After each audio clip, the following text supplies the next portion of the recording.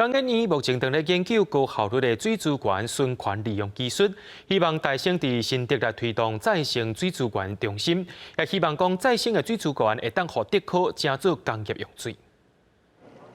用高效率处理循环技术，互使用过每一滴水拢袂拍算去。目前这套系统已经用在高雄甲桃园的民生废水处理，而且每一度水的成本效益，可以使控制在20块以下。来源的一个水的水质状况，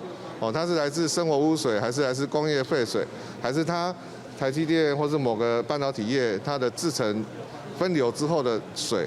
我们处理到它需要的水质，那它是一个程序的组合。除了水会使循环再利用以外，用电也有重新研发出来太阳能材料，使用过太阳能板会当透过材料分离，成做有价值的再生原料。可以把电池片取下来，好，取下来之后，再把上面的这些有价金属